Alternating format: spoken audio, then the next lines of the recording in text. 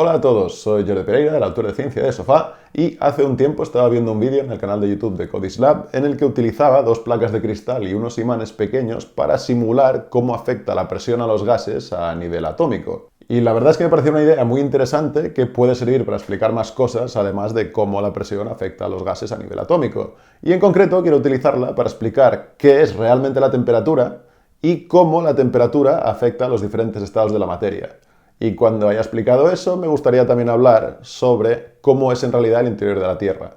Porque creo que mucha gente tiene una idea equivocada en el estado en el que se encuentra el material que hay dentro de nuestro planeta. Y ya que hablo de los estados de la materia y la temperatura, me parece que viene a cuento también tratar este tema. Mejor explico primero esa confusión a la que me refiero. Por un lado, todos hemos visto vídeos en los que aparece lava recién salida del subsuelo burbujeando en la caldera de un volcán, y por otro lado, todo el mundo sabe que la temperatura del interior de la Tierra aumenta con la profundidad hasta alcanzar miles de grados. Por tanto, al ver roca fundida saliendo del suelo y sabiendo que la temperatura del planeta no hace más que aumentar con la profundidad, hay quien podría pensar que bajo su corteza sólida la Tierra está rellena de magma líquido muy caliente, como si fuera uno de esos chicles rellenos de caramelo líquido. Pero nada más lejos de la realidad. De hecho, la única parte del interior del planeta que se encuentra en estado líquido es su núcleo externo y el resto está todo en estado sólido. Pero, ¿cómo es posible eso? Quiero decir, ¿cómo puede ser que las rocas que se encuentran dentro de nuestro planeta se encuentren en estado sólido si están sometidas a temperaturas de miles de grados? ¿Por qué no se funden? Pues para descubrirlo, primero tendremos que hablar de cuál es la causa real del calor o, lo que es lo mismo, cuál es el origen de eso a lo que llamamos temperatura. Por extraño que parezca, lo que percibimos como temperatura no es más que el resultado de la velocidad con la que se mueven los átomos. Si los átomos de un objeto se mueven muy despacio, nos parecerá que está muy frío. De la misma manera, cuanto más deprisa se muevan sus átomos, más caliente nos parecerá que está el objeto. Este también es el motivo por el que la temperatura mínima posible son los menos 273,15 grados Celsius, que se corresponde con la temperatura a la que los átomos o las moléculas de una sustancia están completamente quietos. Y por cierto, si os estáis preguntando si existe una temperatura máxima posible, dejo un enlace a un artículo de mi blog en la descripción donde lo explico. En cualquier caso, saber que el calor es una consecuencia directa de lo rápido que se mueven los átomos de un objeto nos ayudará a entender cómo la temperatura provoca que una sustancia se encuentre en estado sólido, líquido o gaseoso. Y ahora sí, recurramos al montaje de los cristales y los imanes para ver cuál es la diferencia entre los diferentes estados de la materia a nivel atómico. Imaginemos que cada uno de estos imanes es una molécula de agua e introduzcamos unos cuantos entre estos dos cristales para simular un volumen que está lleno de agua. Si os lo estáis preguntando, estos imanes no se llegan a tocar porque están todos orientados en la misma dirección y sus campos magnéticos se repelen. Pero bueno, como hemos visto, la temperatura de una sustancia es el resultado de la velocidad a la que se mueven sus átomos, así que si movemos este armatoste a diferentes velocidades, podemos reproducir qué le pasa a este volumen de agua simulado a medida que su temperatura aumenta. Si muevo el marco muy despacio, estoy imitando lo que sería una temperatura muy baja. Como podéis ver, nuestras moléculas casi no se mueven de sus sitios en estas condiciones, lo que en la vida real significaría que estas moléculas de agua pueden permanecer enlazadas entre ellas y formar una estructura rígida. Por tanto, a esta velocidad, o lo que es lo mismo, a esta temperatura, las moléculas de agua se encuentran en estado sólido convertidas en hielo. Si sacudimos la estructura más rápido, la temperatura de nuestras moléculas de agua habrá aumentado. Como podéis ver, ahora las moléculas ya no están ancladas en una posición fija y sus posiciones cambian continuamente. Esto se debe a que a esta temperatura las moléculas se mueven demasiado deprisa como para que sus enlaces continúen unidos. Pero aunque ya no formen una estructura rígida, la atracción entre las moléculas es lo bastante fuerte como para que se mantengan cerca unas de otras mientras se mueven.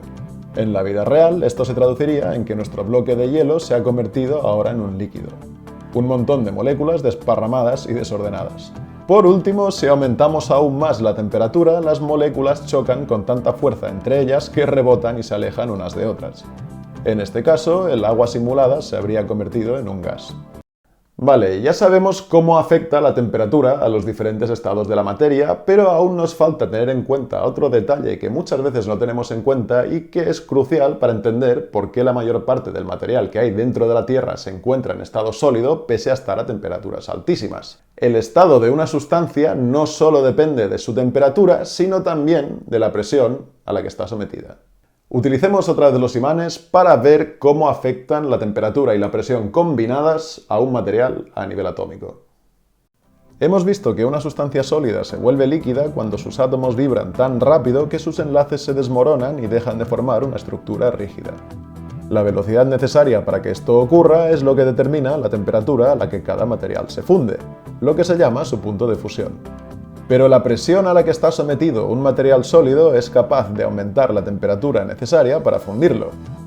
Esto se debe a que esa fuerza impide que los átomos se separen con tanta facilidad, permitiendo que los enlaces que los mantienen unidos soporten vibraciones más intensas sin desmoronarse o, lo que es lo mismo, temperaturas más altas sin volverse líquidos.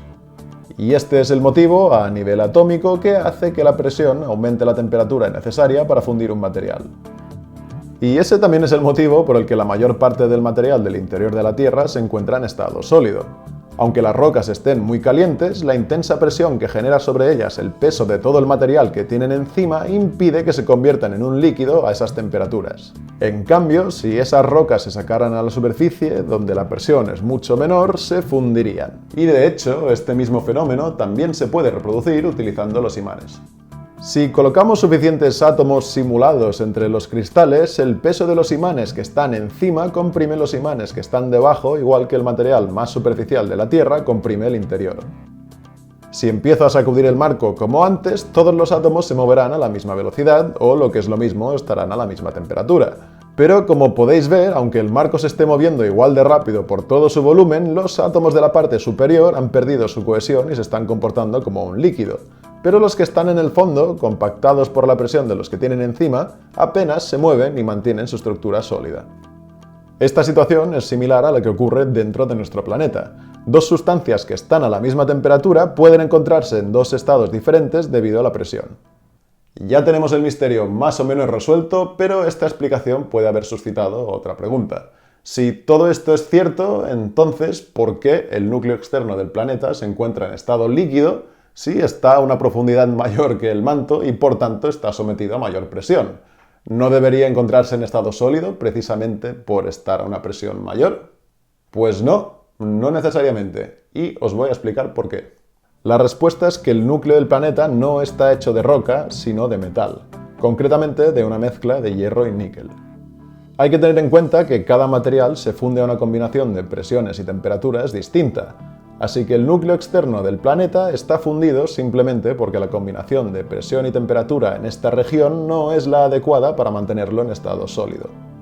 En cambio, si nos adentramos un poco más en las profundidades de la Tierra, pronto llegamos a una región en la que las condiciones de presión y temperatura son capaces de mantener el hierro y el níquel sólidos.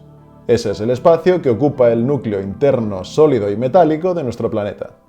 Y ahora sí, ya tenemos la pregunta respondida. La mayor parte del interior de la Tierra se encuentra en estado sólido porque está sometido a una combinación de presión y temperatura que permite que se encuentre en estado sólido. En cambio, el núcleo externo de la Tierra se encuentra en estado líquido porque, al ser de un material diferente, la combinación de presiones y temperaturas a esa profundidad no es suficiente para mantenerlo en estado sólido. Y hasta aquí el vídeo de hoy. Espero que os haya ayudado a entender qué es realmente la temperatura, cómo afecta a los estados de la materia y por qué la mayor parte del interior del planeta se encuentra en estado sólido. Y ahora lo de siempre, si os ha gustado podéis darle a me gusta, podéis compartirlo con vuestros amigos, podéis suscribiros al canal y darle a la campanilla esa para que os avise cada vez que subo un vídeo nuevo. También dejo por aquí las redes sociales, estoy especialmente activo en Instagram y también dejo los 2 libros que publico en la editorial Paidós, El universo del Taza Café y las 4 fuerzas que rigen el universo y eso, que hasta la próxima.